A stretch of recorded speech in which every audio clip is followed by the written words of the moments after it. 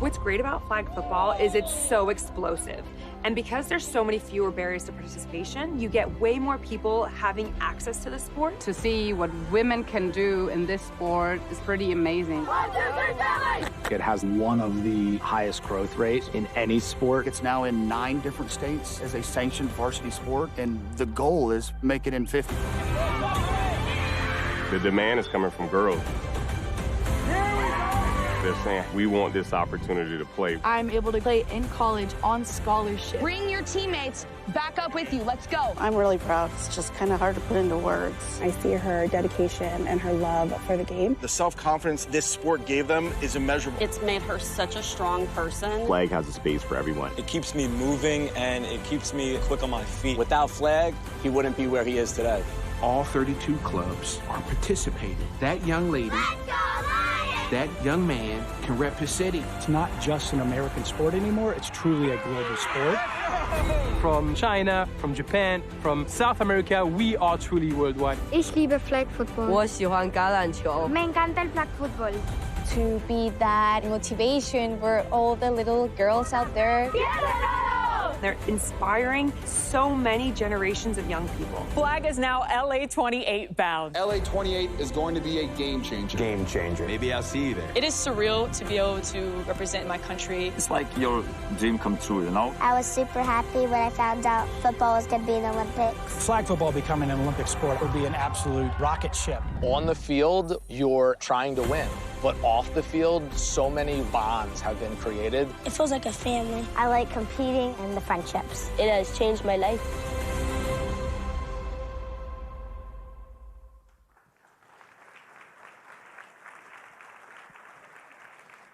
It's great to see you all again. Thank you for being here. We're very excited to learn more about Flag and talk about it. Flag is one of the fastest growing sports in the country. More girls and boys, especially girls, are falling in love with our sport through Flag. Flag fuels the pipeline and development of players and coaches. It empowers a new generation of athletes, and it cultivates lifelong fans. Your dedication and investment are driving the growth in Flag participation. And because of your advocacy, girls' high school flag football is now sanctioned in 9 states and growing across the country. And now, it's inspiring Olympic dreams. Thank you. Simply put, flag football is at the heart of 2 of our most important initiatives: the development of the next generation of fans and the growth of our game around the world.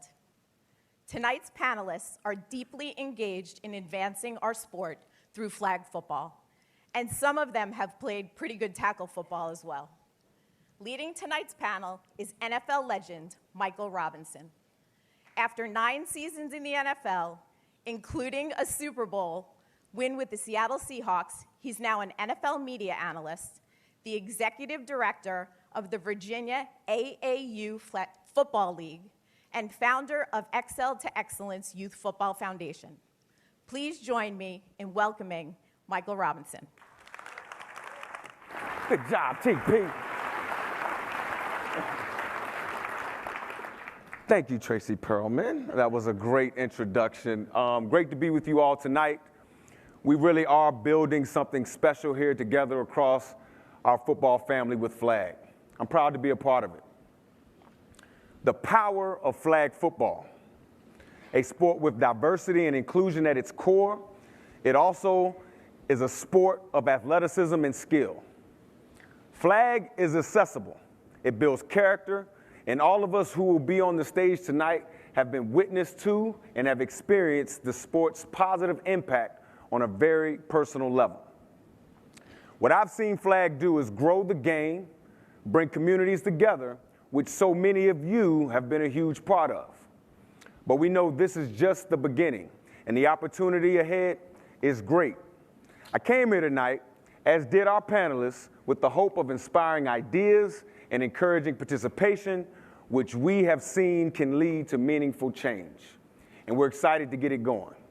So let's bring out our players-only panel. All right, let's get the energy going a little bit here. Okay, He's won 3 Super Bowls with the San Francisco 49ers, one as an MVP, as a 2-time NFL MVP, a Hall of Fame quarterback, and now, most importantly, a dad and assistant coach of the Menlo High School girls flag football team. Please welcome Steve Young. Also joining us tonight is one of the best elite flag football players in the world, a 2023 IFAF European flag gold medalist, former Buffalo Bills intern assistant coach, and an NFL global flag ambassador. From Team Great Britain, let's welcome Phoebe Schechter.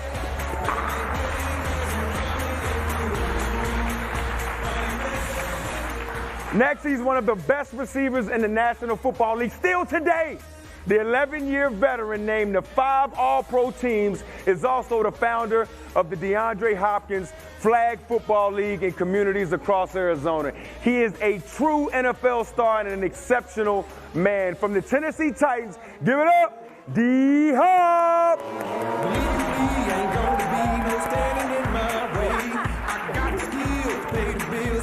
I ain't got that. Oh man, that was awesome. I didn't get the dapper, man. It's all good. It's all good. All right, guys. We know that the values and the attributes kids learn from football will stay with them for a lifetime. DeAndre, we're gonna start off with you. You can speak to the importance of this personally. What role did football play in your life when you were a kid growing up? A lot of people don't know this, but I grew up in Clemson, South Carolina, which is home of Clemson University. So for me, I grew up around football. That's all I knew. But football played, a pivotal moment in my life. I grew up in a situation in a household that was unsteady, and football gave me that sense of family, that sense of community that I didn't have at home. I had a grandfather who was one of the first black quarterbacks in the state of South Carolina after segregation. So I grew up around people who knew football. I had an uncle who played at Clemson University and an older cousin who played at Clemson University. And so football was all I knew. I grew up around the program. My uncle ended up being a strength trainer coach at Clemson still to this day for 30-something years. So he used to always bring me around the program just so I could see what I wanted for myself. I had coaches who took me under their wing and taught me a lot, not about football, but about life. So football played a very pivotal moment for me. Man, look, I'm so glad you brought that up because I look at the role of football and what it played in my life, and I can honestly tell everybody in this room, I would not be in the media if it wasn't for a football coach when I was 9 years old telling me what I was good at, right? Quick little story, guys, all right? Just quick, real quick. All right, we're at practice. We got a championship game the next day. I'm 9 years old. It was chaos everywhere. My coach couldn't get us under control, and I'm like, I snapped. I'm like, shut up, coaches too. We got work to do. And I remember my head coach pulling me to the side, and he's saying, Mike Rob, bro, you got a gift.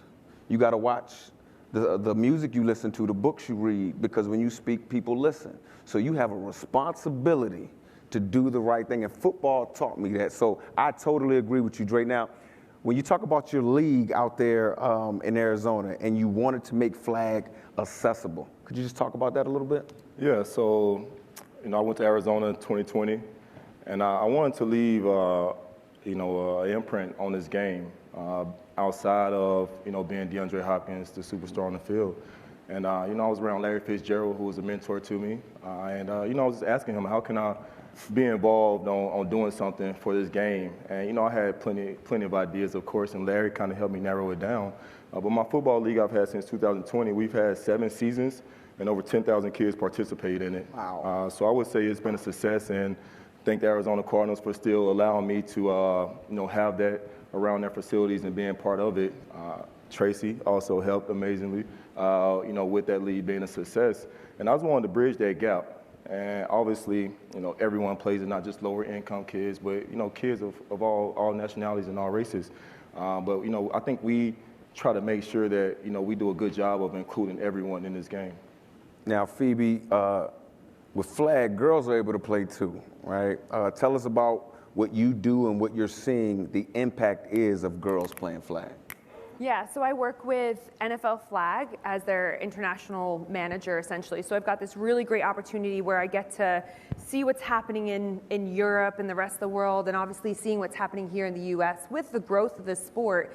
And for me, it's always about the people. Everything we do is about the people. And I think back to this one moment that I've had with a young girl in London, and she'd had stunted growth in her arm. Wow. And you could see we do a lot of flag in schools over in Europe, and so it was her school that was there, and you could see her kind of hiding her arm, you know, that kind of, not embarrassed, but not confident about it. And we were talking about the equipment you use, and we gave them all gloves. And the moment that this young lady put a glove on both her hands, it was like a superhero mask. And she felt like she was the same as everybody else, and she could do whatever they did. And to watch her out there catching and feeling complete was so incredible. And yes, that's in the UK, but we also look at what's happening here in the US. When we start teaching young girls how to catch a football, for example, how many times have we seen this kind of like, ooh, you know, we're all trying to say, look through the diamond, but it's this kind of intimidated, I can't do it. And what I love is when you work with these young people and you see them build their confidence, and all of those I can'ts turn into I cans. And that's not just necessarily in football, right? Because we all know how that translates in life. When you've got these young women who are now growing in confidence, they feel empowered by the sport. You see them walking around being like, yeah, I play football too. And they get this swag all of a sudden. I mean, for me, that's the beauty of flag football, and it's a gift that we're able to give around the world. That's awesome, man. Now, Steve, Hall of Fame quarterback, your girls' high school flag football coach, man. I mean, I know I'm not the only inquiring mind in here. How in the hell did you get involved with that team, man? It was not on purpose. My 9th grader and 12th grade girls, California became the 9th state to sanction in varsity sports girls flag football. So the girls heard about it, so they're going to play. I said, great. They went to the first day of practice and came home and said, the coach said, you should come and help. And come on, Dad, come on. You know, and my boys didn't play football, so it was like the first time football was back in our home, like, I'll go help.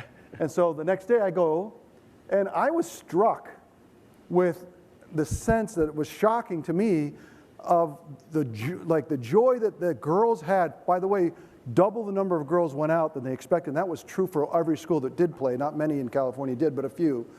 And just the sense of, the visceral sense of inclusion that that's football, and I have it in my hand, and I get to play it, and I was struck by that, and it was a sweet part of the first beginning of getting involved. And so after that, I was kind of in, right? I was enjoying, and they didn't know much about the sport, and so we started to teach them and some of the basics and how they learn so quickly. But you know, early on, our first game, we lost 2-0. Because I forgot to explain safety. And, they're like, Coach, how did they do that? They scored, they won the game, and they're, you know, like, oh yeah, we hadn't gotten there yet. Yeah. So, but what was interesting about the girls is once they realized that the game was really choreography, it was glorified dance steps, offensive football and timing. And we started calling Bill Walsh's West Coast offense, we signaled him, and they started eating it up in a way that, I can be frank with you, because I lived it and I was a boy, we did not. It took forever. I explained to them that you could go on different snap counts. They're like, oh my gosh, I spent 20 years of my career trying to get guys to go on 2 or 3, right? They immediately, it was like, let's go on 4. Nobody flinched. So there's innate parts of the game that are really built for women. And once they understood the choreography and the dance and everything else, they took to it. And that's the other part that the inclusion hit me at the beginning. And then by the end, it was the love. They were shocked themselves.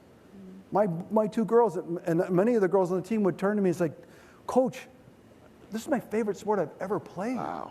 And so that was the other part of it. It's the inclusion part, yes. And that was going to go away as they get included. But the other part of it that shocked me was the skill level that they had, And by the end of it, we were running 2-jet Dino, and Coach Reed remembers that one.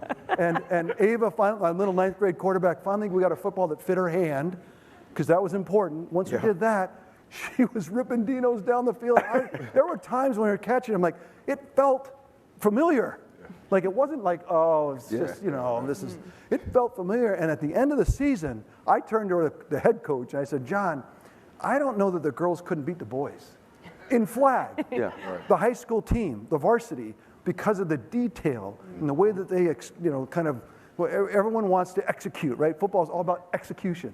And it was just amazing to see them do that. And so for that, that's how I got involved, but that's why I stayed. It was a revelation for me to teach girls who never have thrown a football, how do I hold it? And I remember there's a poster in my room when I grew up with Roger Staubach was my hero. And there was a poster that had him throw, and I looked at how he held it, and it took me back. So for me, it was full circle to come back and teach girls how to throw the football, how do you hold it, and then see them explode in their expertise. It was fun. Steve, flag is football. And that's, that's what you're describing right 100%.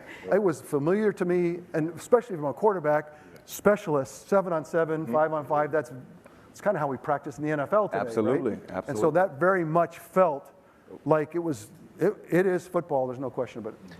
But it's also a sport of its own, with its own rules. Phoebe, what are your thoughts on some of those rules?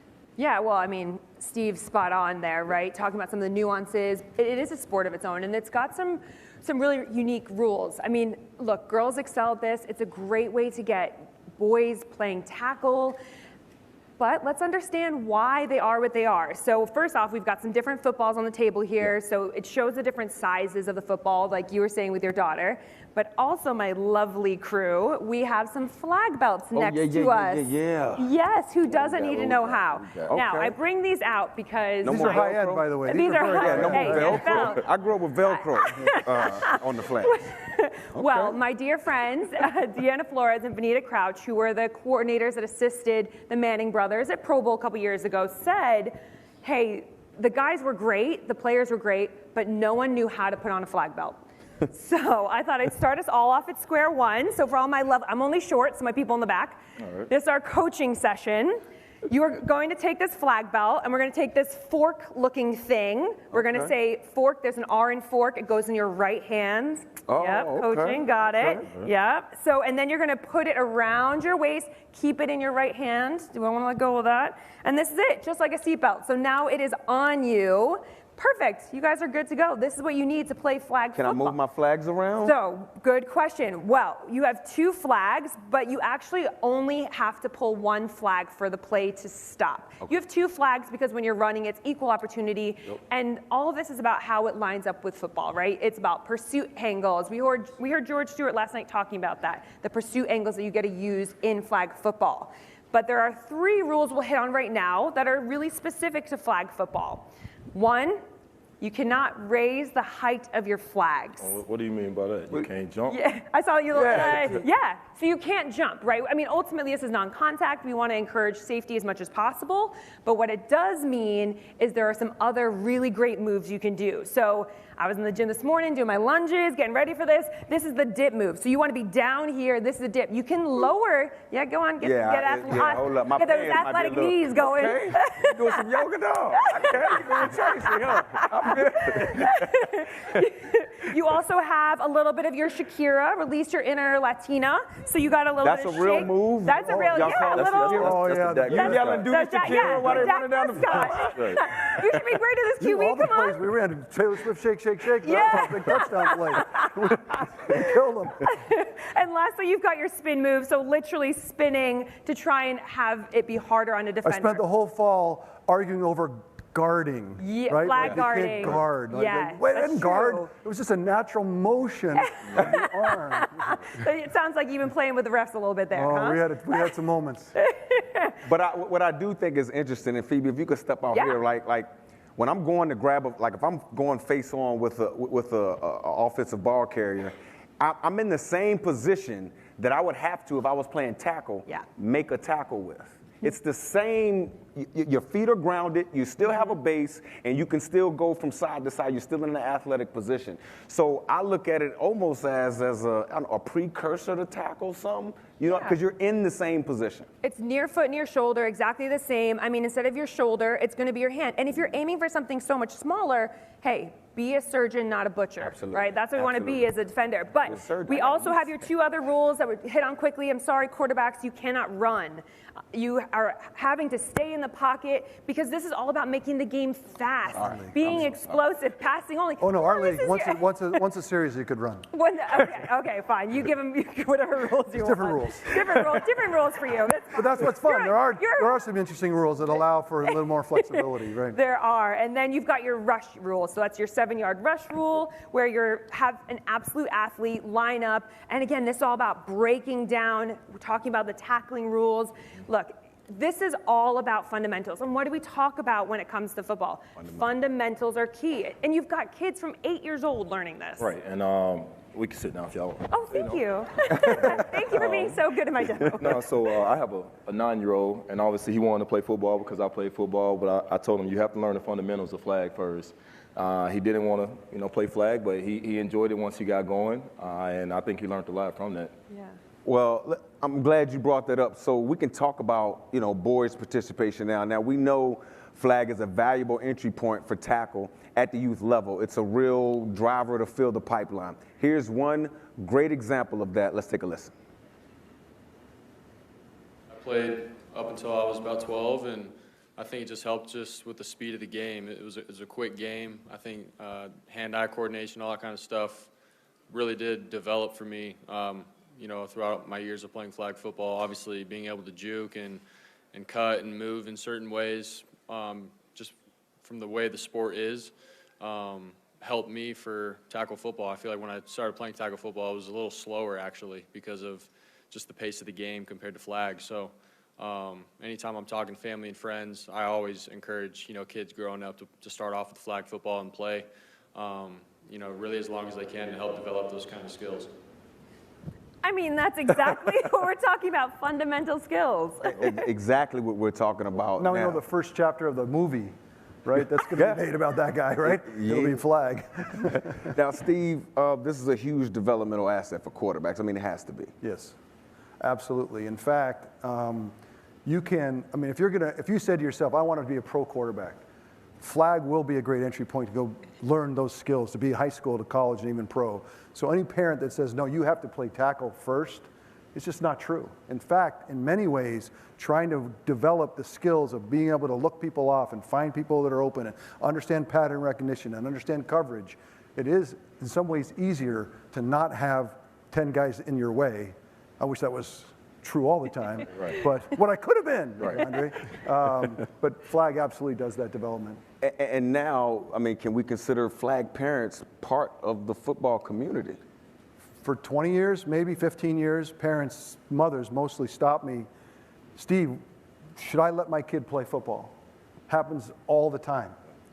And should I, would you let your kids play?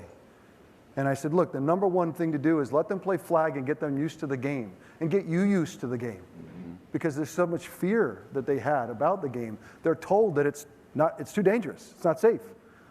And flag allows everybody to kind of get used to the game and recognize that there is, like any game, there's some risk to it, but it's a great entry point for parents. So flag is great for kids. It's also great for parents to get started and understand the game and appreciate it. And then I always said, a high school game that's well coached and well taught.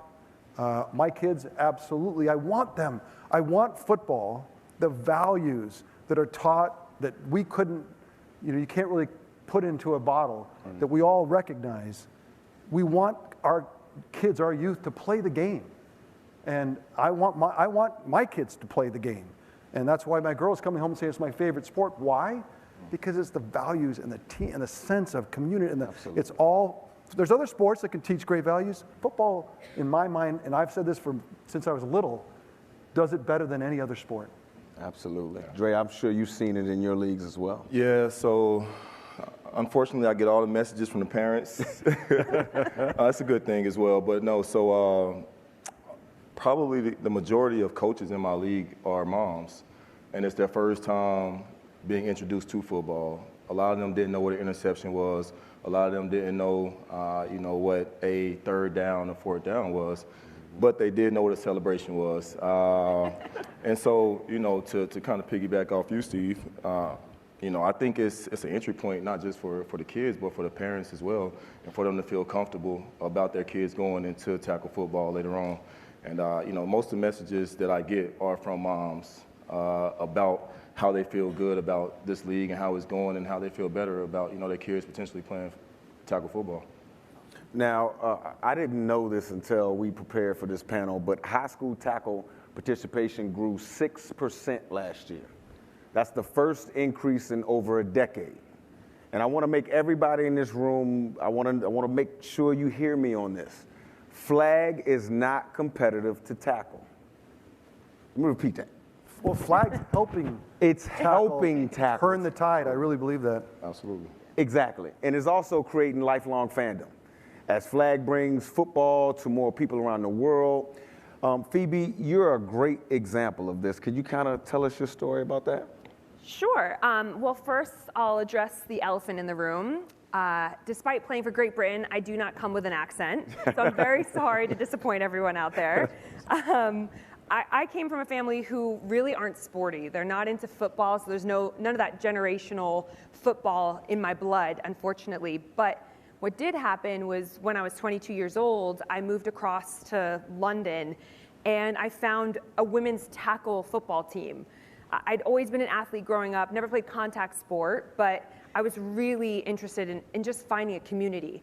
Now, through that, I got involved in flag football, and I got to a point where I thought, I'm not going to be able to play forever, so what's the best way to send the elevator back down, to give back to the sport that's given me so much? So I got involved in coaching, and through that, I was able to be a part of the Bill Walsh Diversity Fellowship and be a coach with the Bills, which has been such a huge part of my life. And, it's really just changed everything, because I look at the fact that I'm the person I want to talk to, right? I never was a fan of the NFL. Now I love the NFL. I love American football. I mean, it's my life. It's my passion. And I'm just one person. I started at 22. Imagine all the other people who are now being touched even more by the sport of NFL. Now, Steve, have you seen flag make new NFL fans of the game? No question. In fact, in my home, my boys didn't play, and my girls until this year, so the big game was not on the main TV, ever in my home.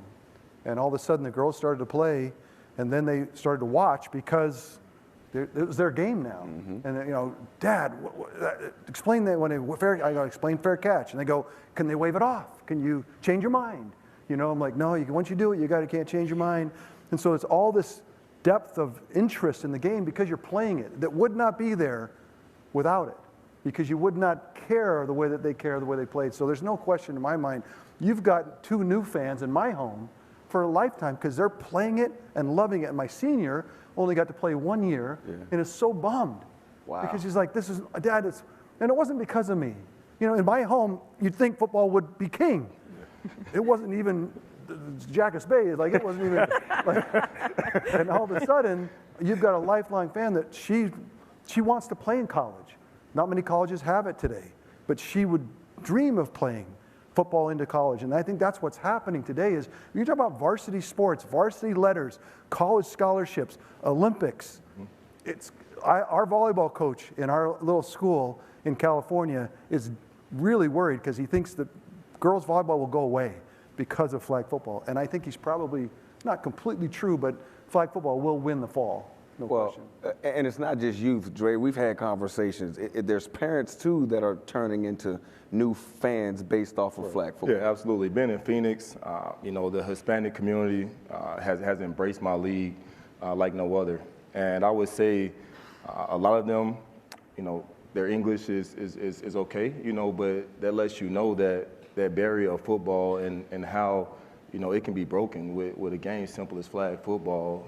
They've grown to be not just Cardinals fans, but fans of the National Football League. And a lot of them only knew, the symbol of the Cardinal. They didn't understand football. And a lot of parents out there who are from that Hispanic community, I've never seen them or anyone embrace the game of football like that in America. and how they're just eager to learn about it, and their kids as well. And obviously with social media growing, they see the amazing catches that Odell make, the Justin Jeffersons. And it's like, how can we be part of that? And the Hispanic community in Phoenix has embraced, my league tremendously. That's awesome, man. Now, let's talk about the impact of everybody in this room, the NFL clubs. So many of you are doing incredible work, one of the first and certainly one of the best in class in this arena. And we're on their home turf, by the way, the Tampa Bay Buccaneers. Let's take a look.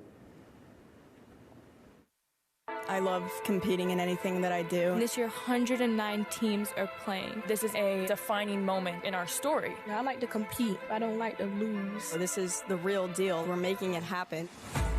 Flag football has led us to be who we are. Every single time I step onto the field, it just feels right. We want to win. We play 110% and just give it everything you have. I look at the defense, I'm like, oh, this is a touchdown right here.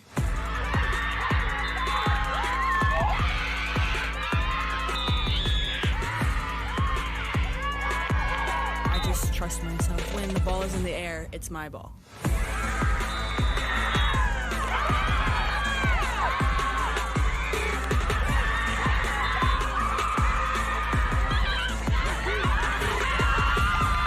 This big organization behind us, the Bucs have our back. Your team is your family. The Bucs are our family for Tampa. Wow, that was awesome. Those girls mean business. All right, now, Darcy Glazer-Kasowitz, is she in here? I'm sure she is. There she is. Congratulations on all of your success. Could you please tell us a little bit more about the Tampa Bay Bucs flag program? Sure. Well, first, I'd like to echo all the enthusiasm and excitement that you're all talking about, because that's exactly what we're seeing at the Buccaneers. And about 7 years ago, we decided to start investing in flag football because we really wanted to better engage with our female fan base. And we did this by starting to donate flag football equipment and clinics to all of the elementary and middle schools in Tampa Bay with the message that flag football is for everybody, that football is for everybody, both boys and girls. What that did was it led to us starting our girls' high school preseason classic, and we're in our 6th year right now with over, as I said, 109 teams and over 2,000 athletes, which is really exciting. What we're seeing with this is that for the first time in NFL history, we're witnessing an entire generation of girls who are actively playing football. And this is very important because it is not only growing this demographic of fans, it's also changing them from casual fans to avid fans. And these people are, this demographic is spending more, and they're much more highly engaged with our club, which is really incredible. We're also seeing, when we're hosting all these flag games, that, as we all know, that teenagers are very interested in their phones and producing their own content. So they're not just taking pictures of the pick six that's happening on the field, but what they're also doing is filming the celebration on the sideline and what's happening on the bus and the ride home, and they're immediately posting it. And this is filtering into their high schools. And through that personal content, the most grassroots content that we could not duplicate as a club, we're now engaging the entire school. So we're really excited about everything the league is doing for flag football, and we're very much in support of it. Thank you, Ms. Darcy. I got to give her a round of applause for that. That's awesome. Is Rich McKay here? Rich, he's in the audience. There you go. Falcons, tremendous impact. Could you tell us about how you got sanctioning in the state of Georgia? Oh, let's get his mic on real quick. Can't hear you. Help is coming. There we go. Okay. How about now? There Okay, you go. Good. You imagine Steve Young as an assistant coach. He didn't even make head coach. Okay, so for us, we are all in for flag football. And really, for me, it started with the fact that I had a dad that was a college coach, pro coach, said to my brother and I, you will play flag football. That's what I'd like you to play, and that's what we played. I became a very poor high school player. My brother became a real player, and flag was the entry point for him. for us, we were all in for boys flag football, and then our CR department kind of came to us in 2017, 2018 and said, you know, we should get the girls going, and we should figure out what we can do. So we went into one county, Gwinnett County in Georgia, big county, 19 schools. 3 of them told us we have no interest. 16 of them told us we'll try it, we'll see how it goes. It really was a cost to us of about $10,000 per school. We did it. The next year, I think there were 52 schools. The next year, there were 100. It was sanctioned by the state, and when we got to 100, today there are 270 schools in Georgia playing, and there's 6,000 girls that play. So for us, we went to Alabama, kind of followed the same thing. We did it in Montana because Arthur has some ranches out there, so we did it there. The thing we like is it's the ultimate team sport, as Steve said, and the fact that they get to experience that is fantastic. So we're all in for flag football. Appreciate you guys doing this. Thank you. Let's give them a round of applause as well. Now, Phoebe, you see this work firsthand with the clubs here and around the world. What are you seeing? Yeah, so this past weekend I was back in Buffalo with a girls clinic. Before that with the Eagles, and they were doing the coaches clinic. I mean, everyone takes it differently. The Broncos have done a great job of, working with youth and people within socioeconomic disarray. So they're helping all around, and then internationally, you look at what the Bears and Jets have done in the UK, for example. I mean, they've started a girls-only league, but what I love is that they're collaborating, right? You guys are coming together for the greater good and doing an incredible job for the young women out there that we never really had anything at that high school age. And same, Panthers, Chiefs going to Germany, what that's going to be. Collaboration is going to be really key in these spaces. And the fact that y'all compete all the time, but actually for something like this, you pull together, I think says so much about the strength of this. Yeah, it's very powerful. Now, D-Hop, you teamed up with the Cardinals when you played for Arizona. How did that come about? It came about from Tracy and also Izell Reese, helping me, with that, put it out there. I knew I wanted to do a flag football league, and it was just where and what place and what community.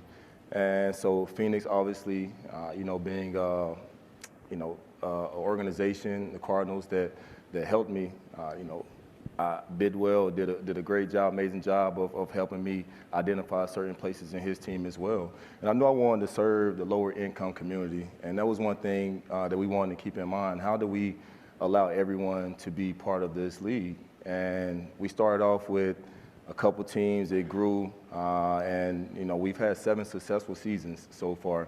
And each year is growing and growing to where we have to either add, a couple more coaches and ask the parents to be coaches, or, we have to find volunteers. And Larry Fitzgerald, like I said before, helped me, kind of identify where I wanted to be, in that community and how I wanted to do it. But I would say, Tracy and Reese did a great job of helping me, put that league out there. And, we're growing. We want to do it in Nashville. I'm in Nashville currently, and also back home where I'm from in South Carolina. And so hopefully we'll see more players do it. And right now it's just currently Tyreek Hill and myself are the only 2 current players who have a flag football league. And I think that should be more. I think players want to do that. They want to leave that imprint, and I think it's up to the team to kind of help them identify the places to do that. I think it's pretty cool that you're not even playing with the Cardinals anymore. And the league is still going on. Like, how'd you finagle that, man? Because, these people compete over everything. They're still helping you, and you play for a team. No, it's still love for the Cardinals organization. And I'm very grateful that, they're still allowing that to happen and being part of it. But I think it's bigger than just, our ego of this team and that team, but it's for the kids and the community and the game of football. So, I'm very grateful that, they're still allowing that to grow. So, Steve, clubs are really making a difference, but as we all know, more needs to be done. What do you want to say to everybody out here right now? Kind of your call to action. I played for 18 seasons, and football taught me how to be a man, and it teaches Phoebe how to be one. It's like these fundamental values that we want. And last year with my girls playing, I saw football come back into our home and bring those values. those things that were so fundamental to me, and as Rich said, I agree 100% that football does it in a way that nothing else can. So I have a passion to expand all of this. And so California became a state last year, but only handfuls of schools were able to do it. And so in the ways the NFL can be that partner to put it into the sanction, get into the CIF certification, host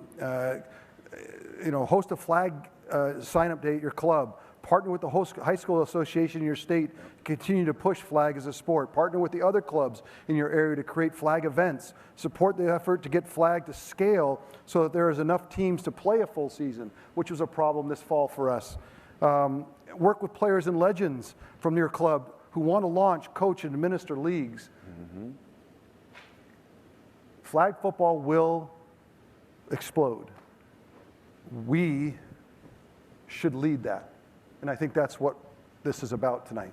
Absolutely, and I'm glad you said that, Steve. Let's talk about the players and legends. Legends want to stay involved with their communities and clubs.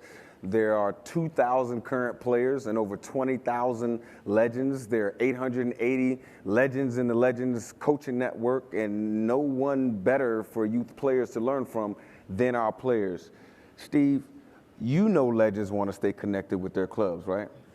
100%. And the entryway back into with the club is sometimes not natural. Like there's not a lot of spots to do that. This is another really wonderful way to attract back everyone that's ever been associated with the team to kind of pay it forward. And let alone with not only with the league, but as we get into the Olympics. I don't know about you guys. When I was watching the Olympics and it was, baseball and basketball and hockey and like, they get to go play for a gold medal, and we have to sit there and watch it. And I was like, I would give my left arm almost to. That's the main arm, though. I'll give my right arm to go to the Olympics and have a shot at the gold medal. And here it is happening. And so I don't know. I know that in 2028 or 27, I don't know what that certification is going to be, Trace, but to figure that out. But there will be active players that will go. Hold up, don't get ahead of us yet, Steve. Oh, no, That's coming a little bit later. Don't get ahead of us yet, man. It's all good. But Dre, current players like yourself, they would like the opportunity to, do what you're doing as well. Absolutely, and I think Tyreek Hill and myself only being the current players to have a league. I think that should, speak a lot right there. I know Tyreek, I know how involved he wants to be in the community, but I feel like as owners and, run the organization, just look in your locker room, ask those guys what would they like to do to have an impact on that team. Obviously, no one stays with the team their whole career, very rare. But, they're still building that fan base, and everything that they're doing in that city is for your organization and for your team, no matter if they're there or not. And I think, how I would say, impactful that my league has been on the Phoenix community, I think it can be spread out throughout the league as a league that a current player has and just duplicated it throughout the league. Well, just quickly, because we don't have much time, but just quickly get into how you actually accomplished starting that league. Because it's one thing to go in the league office and have a conversation with Tracy. It's another thing to actually go back to the Carters and say, this is what I'm trying to do. Yeah, it wasn't easy, but nothing that you want to do is easy. And Reese, he did a great job of helping with that. RCX, his company, and Tracy also. It took a while to kind of get it and narrow it down how we wanted to do it with the volunteers because we're not paying people salary to go out there and coach. So there's a lot that goes into it, but we made it happen and. I think all organizations, you can reach out to, Isaiah and, see how he can, allow that to happen in your community. And what we do a scholarship for lower income kids to where they only have to pay $1 to be part of the league. And that was something. Hold on. Say that again, bro. 4 quarters for them to play. 4 quarters for a kid to play flag football. Yeah, and they pay $1. I come out of my pocket, and I don't mind doing that. I want to do that to see them smiling and to see them, be part of something bigger than themselves. But yeah, so the scholarship program is great, and we identified that program to help us, and they only have to pay $1, which I think is tremendous, man. And you know, they enjoy it. The parents enjoy it. Everyone enjoys it. But it took a lot of work, you know, but we made it happen. And obviously, Tracy, you know, thank you for helping with that. Man, look, so clubs, reach out to your legends and players. I mean, obviously, you got current players, you got legends up here. Guys want to be involved. These are the faces of your team, and it builds a great relationship with them as well. Now, we're going to go on over, Phoebe, we're going to talk about the international side of things. The sport is growing internationally. Tell us about what's going on with the youth globally in the sport. Well, I think the biggest thing, and looking at it from an NFL flag perspective, is that countries are reaching out to us. We're getting a minimum 5 countries a day reaching out to us saying, how do we get NFL flag? How can we use the tool of American football to inspire others? And that's on a daily basis, which is incredible. But then you also look at some of the active players, legends who are doing work over there. So Calvin Beacham's going to do a camp in Spain, Micah Parsons in Paris. I mean, Justin Fields just out there in Italy. There's so many different ways to have the guys getting involved. And, you know, we're also looking to do showcases in Africa. We've got leagues in Germany and now in the UK. I mean, Poland, Austria, the places keep growing. And then obviously today with the announcement of the 4 new clubs, congratulations to you all, on, you know, becoming global home markets. So the trajectory is up, especially from an international perspective. And at the elite level, guys, the athleticism is phenomenal. I had an opportunity to cover the World Games in Birmingham a couple of years ago, to see the Mexican girls team, DeAndre Flores. She was in an NFL commercial just last year. I think she was in our Super Bowl commercial. She threw 6 touchdowns. To see the athleticism, to see the dip, the Shakira, whatever you call it, the Shakira dip and all of those things in the spin. I mean, it really is a game of speed and space and great athleticism. Now, Phoebe, you're a world-class flag player. What is the level of play at the elite level right now? Man, I mean, it's just incredible, right? Because you're getting people who are understanding the ins and outs of the sport. It's happening so fast. I mean, flag football is on a stage right now in a speed that is nothing like we've seen before. And for me, the biggest part of it is it's no longer just the U.S. I mean, Mexico, Panama, Japan, Canada, all these other countries are coming for that gold medal. Man, so let's look ahead to the future, guys. This summer, the NFL Flag Championship will be hosted at the Hall of Fame Village in Canton, Ohio, with over 280 teams from across the country representing all 32 clubs.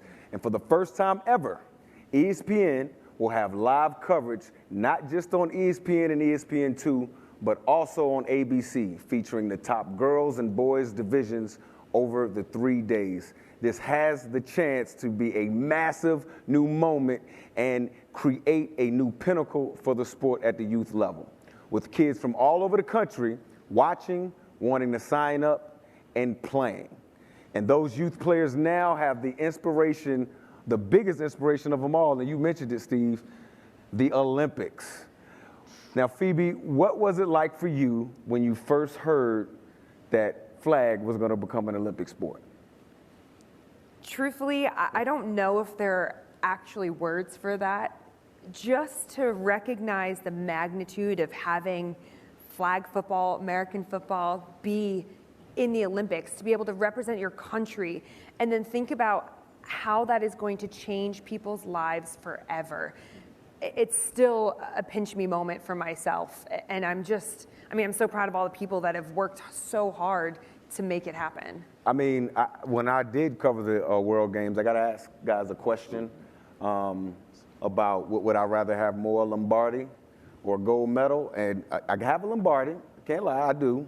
Worked my whole life to get it too, all right? But the opportunity to get a gold medal is intriguing. I mean, come on, Steve, you started to mention it a little bit earlier. Football in the Olympics. Everyone dreams about it. Every football player dreams of being the gold medal. And that dream is going to become a reality in 28. And so every owner's got to figure out how to hold on to their players for that season because I don't know how you're going to keep guys from going for the gold medal. And DeAndre, are you thinking about it? Oh, yeah. Come on. If I'm still playing, I'm there, hopefully. Hey, I know I'm thinking about it. Yeah. And I got no chance. Run it back. Let's go. So, Dre, that's serious? I mean, oh, yeah, I'm serious. You trying to be in that thing? Oh, for man, real? why wouldn't I? Like you said, Lombardi, Olympic. I mean, obviously, you play to win that Lombardi. But, ain't nothing like representing your country, man. I think that's a bigger question for Troy. I don't know, man. What you think, Troy? It's a bigger question for Ish. No. I would just say, like Steve, you alluded to it, baseball, hockey, basketball, that was a provision in the CBA, but we never, as young, inspiring athletes, we never thought that was not part of the athletic destination or part of a destination. National Football League, Olympics, the best players in the world representing the United States of America. We have our designated coaches, I see, for the Olympic team, and Steve, Hop. I got some plays. But I do believe that will be a possibility. I think we all want to see the best players play and allow the young men to live out their dreams of representing their country. Absolutely. Now we're going to have a little time to take some questions if anyone has any. We've got a mic going around in the audience, so floor is open, guys, if you got any questions. Oh, we were that good? Smash. We were that long. Yeah, maybe that too, right? Right. Oh, there we go. It's off. We got one here in the front.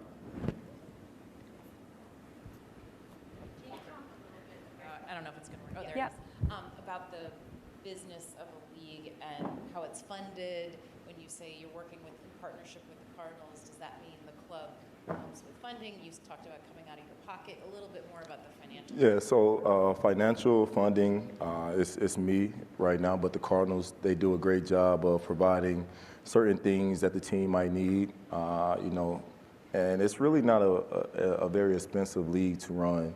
You want to give, the people something, for winning games, but that's kind of on you as the owner and the starter of the league, So we give, gifts from the league, and the NFL definitely helps provide certain things as far as gifting, and only thing they want is a gold medal or a medal to say that they won that tournament, So it's not very expensive at all to run the league, and right now it's funded, through me personally, and I don't mind at all. But I think it's something that any player can afford, a rookie to a 15-year vet.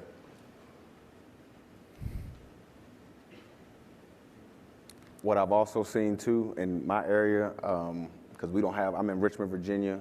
The closest team is the Washington Commanders, but in Richmond we don't necessarily have one. So what I've seen with the flag leagues that are starting to come up there is they just go to different corporations who want to give to the community, but they just don't know how to let their money really work. And with schools cutting a lot of the after-school activities, there's cutting movement in gym classes and things like that. This is a perfect opportunity for a corporation to help fund a league, and it's not that much. It's a great opportunity for a corporation to fund a league so that kids can get access to flag. Polling our little area and our little community, 15 schools do not plan to play because of funding. And, to your point, I don't know exactly what that financing looked like. With Jed and with Kyle and John, we'll figure out that area. We'll make sure that people can play. Right? We got to figure out how that economically works with the programs outside of the schools, but inside the schools, it feels like in those communities we need to somehow figure out how to make that happen. Absolutely. And then RCX also have a foundation that you can apply for, or send teams to, leagues to help just fund that. And kind of going back, talking about our legends, Izell Reese, who runs RCX, is an NFL legend. Yep. So really heavily ingrained in this process. Absolutely. Here we go. Saw some great photos behind you as you were talking, and one of the things that stood out to me was the smiles of the participants, the joy, the enthusiasm. Saw one that looked like a co-ed team. What is the place of co-ed teams in this picture? So it's a really great question. The way that kind of flag works is you have girls teams and then you have mixed teams. And the reason that that can be really great is because you might be in an area that perhaps there's only, one or two girls perhaps want to be playing on a team. So therefore it's considered mixed. So you can have as many or as few girls on a mixed team as you want. So there's not actually really a specific boys team. It's either girls or it's mixed. And really, I would say, especially the younger kids, those mixed teams are great because you guys see a lot of 10-year-olds, 11-year-olds. The boys they're all gangly. They're figuring their bodies out. Like, they don't know what they're doing. And so the girls have this really great kind of control over their body, and so, that lower center of gravity, all of that plays into it. But it's great because it's kind of equal opportunity for anybody, and you can kind of create those rules in your league as well. That's a good question.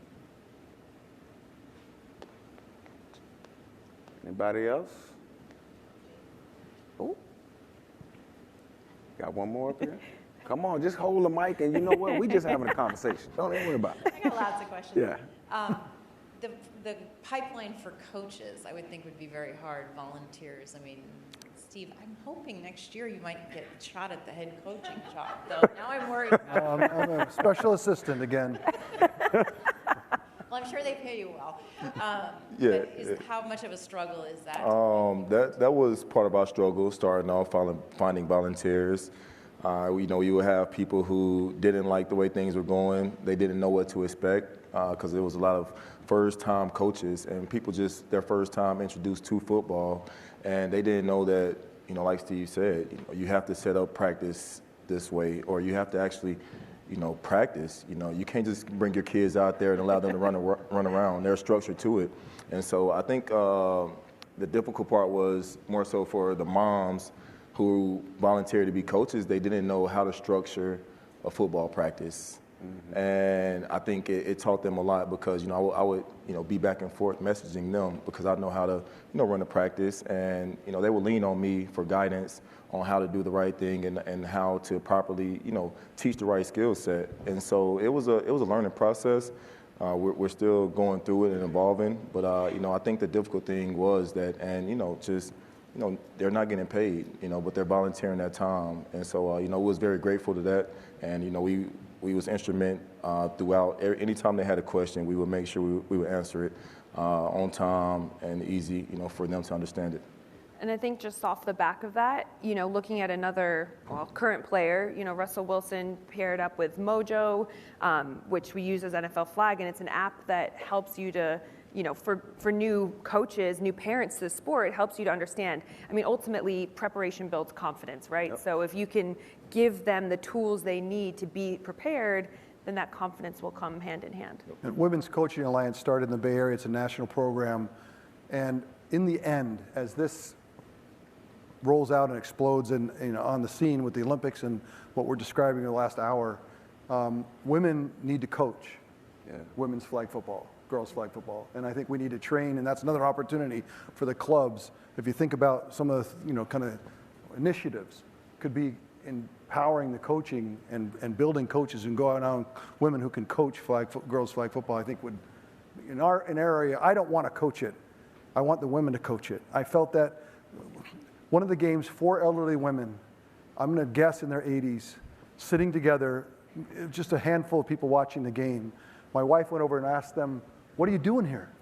And they said, "We heard that girls were playing football, and we dreamed about it in the 1950s, that we could play. We dreamed about it our whole lives, and we just wanted to see it." And so that's the kind of spirit that I think's happened, what I witnessed last week. So we talk about girls flag football and coaches. That whole ecosystem needs to be built, and girls and women should run it. Wow. Well, okay, there you have it. The power of flag football is clear to see after this discussion. We know the momentum, all right? We've heard some valuable information here tonight and last night, but what can you do as an NFL family to take the next step? Hopefully this discussion helped to demonstrate a few real-life examples of ways you can get directly involved when you go all home, all right? And some tangible tools you can use right now to help make flag football that that can take flag football to the next level together. You can see the list behind me here. Beyond these resources, my friends at League Office are available anytime to discuss further. You've heard from Troy earlier, and he, Tracy Perlman, and Peter O'Reilly, and the entire team are ready to dig in with each of you. As a reminder, we have a great clinic hosted by the Bucks at 8:30 in the morning. Yep, I will be there. Me, Phoebe, and others will see you bright and early, guys, bright and early. Okay, give it up for our panel, D-Hop, Phoebe, and Steve Young. Good job, good job. Good job, guys. Tonight, we will all be outside at the reception. Come find us, and we would love to continue the conversation. Have a great night, guys.